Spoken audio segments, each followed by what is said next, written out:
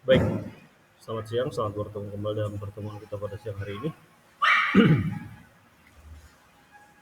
Dalam video ini, Bapak ingin mencoba menguraikan tentang konsep pertumbuhan dan perkembangan yang terjadi pada tubuh makhluk hidup. Ya, berbicara tentang pertumbuhan, itu dapat didefinisikan merupakan proses di mana makhluk hidup mengalami peningkatan ukuran dan massa tubuh. Ini biasanya melibatkan perkembangan sel dan jaringan, serta perubahan fisik yang dapat diukur.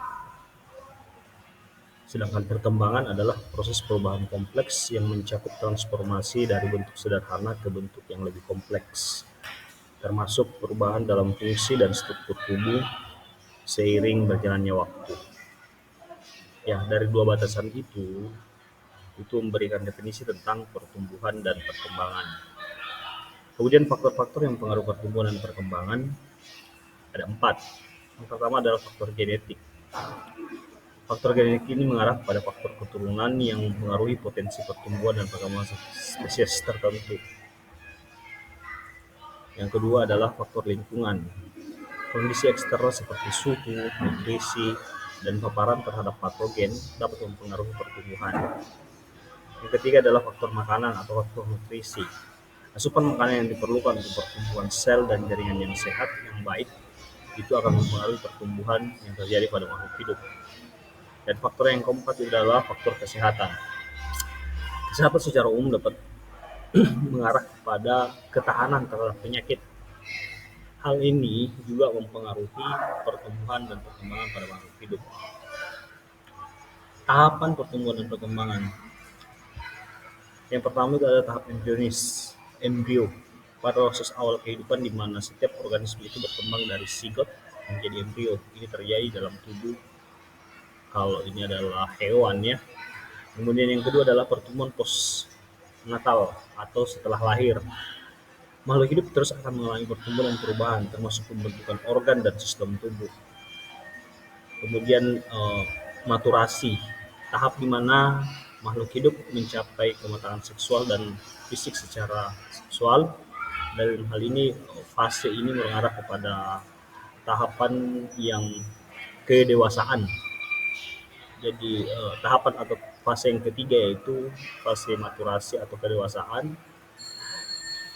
Dan yang keempat adalah fase penuaan, di mana makhluk hidup mengalami penurunan fungsi biologis seiring bertambahnya usia.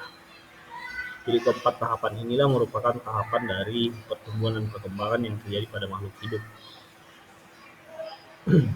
Ketika kita menanyakan apa yang membedakan antara pertumbuhan dan perkembangan, pertumbuhan lebih fokus pada ukuran dan massa, sedangkan perkembangan itu mencakup perubahan fungsional dan struktural yang kompleks. Jadi kalau kita mengarah kepada pertumbuhan, itu dapat diukur. Pertumbuhan dapat diukur secara kuantitatif, sedangkan perkembangan itu lebih sering dijelaskan secara kualitatif, kualitasnya. Contoh pertumbuhan dan perkembangan. Kalau kita melihat tumbuhan, pertumbuhan dapat terlihat pada peningkatan tinggi tanaman dan ukuran daun, sedangkan perkembangan terlihat dari pembentukan bunga dan buah. Kalau kita ambil makhluk hidupnya itu adalah tumbuhan.